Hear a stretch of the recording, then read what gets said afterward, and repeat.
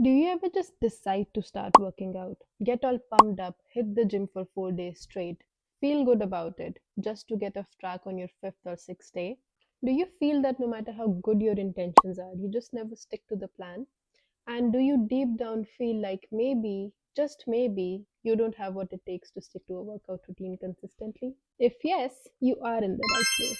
Hi, my name is Tanish, and I went from absolutely hating workouts to actually looking forward to it on most days.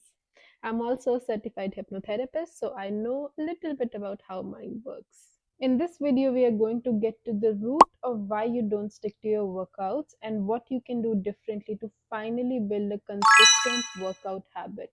Before we get to the act of workout, we need to understand the role of our brains here.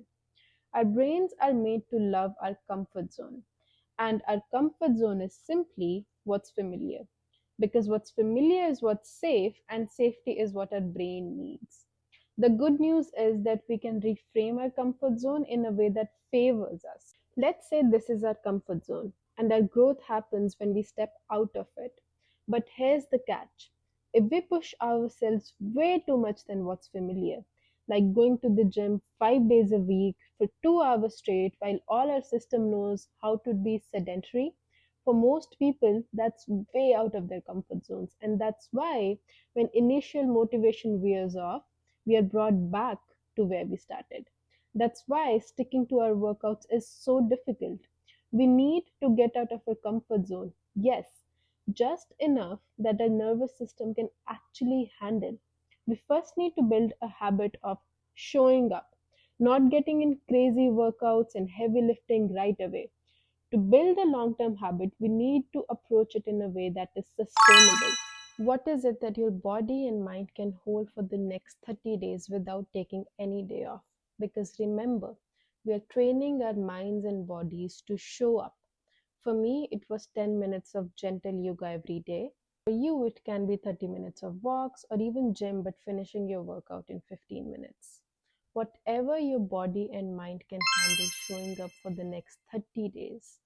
The goal is to show up at the beginning of building a habit and even afterwards as you continue to grow. Consistency matters way more than intensity.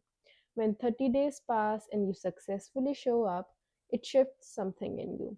It shifts your identity as someone who shows up for working out.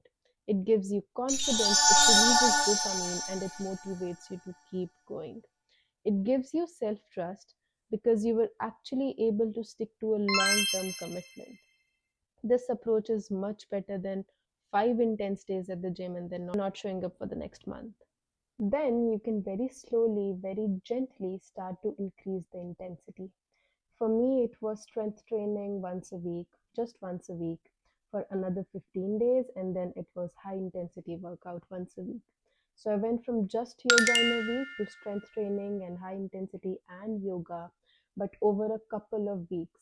This way, we are stretching out of our comfort zone, but more so in a way that is actually sustainable. Another thing you need to do is be crystal clear on your why. Most people go to the gym just to look a certain way, but I can almost guarantee this approach won't take you far. I know this because this was my why too. But when I started associating working out with way better reasons, my motivation also went up.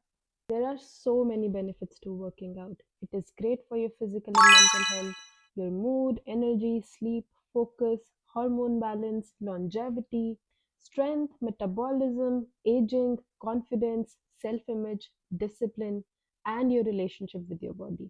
Research shows that people who work out choose better foods, sleep better. It has basically so many domino effects. It embodies confidence, you get more connected with your body, and you look your best self.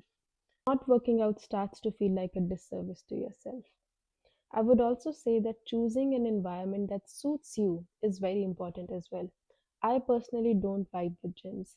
I've invested in some weights at home and I honestly enjoy workouts better at home. These are some channels I use consistently for home workouts. For some people, it's going to the gym, which gets them in motivation to work out. Everyone is different. You know yourself better, so choose an environment that suits you and fit your needs. Reduce resistance to movement. What I mean by that is, if you want to work out and you have all these things in your mind to do, like I have to do my hair, I have to wear a gym set, I have to look a certain way before the actual act of workout, it makes you lazy. People ditch that. Cut that crap and move your body right away. For me, driving to gym was a huge resistance. That's why I chose workouts at home. Goal is to reduce as much resistance as you can so you can focus on the actual thing, aka workout. Start integrating in your identity as someone who works out to the point that when that voice, that voice that goes in your mind, not today, maybe we'll do it tomorrow, I give it no space. I give it no attention. If I'm genuinely tired or if I feel like I don't have the energy, I would either tell myself how working out is the antidote, or I would show up and work out in a smaller capacity.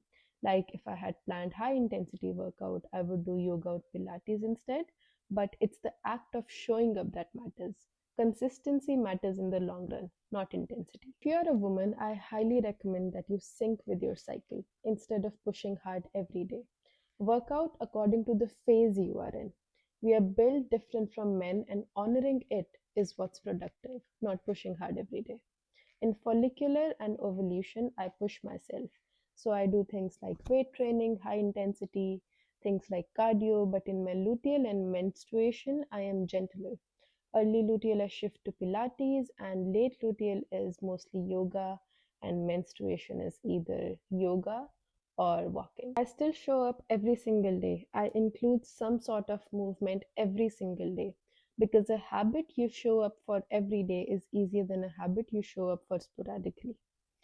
That again doesn't mean I push hard every day, but on Sundays I just stretch or do gentle yoga. Building a long term habit needs to be sustainable because you won't be ever done at it. It's a habit that you need to carry. So be patient with yourself, give yourself time to adjust, and I can guarantee that if you stick to these steps mentioned in the video, you will make movement a part of your identity. Thank you for watching, and if you like this video, give it a thumbs up. Thank you. Bye.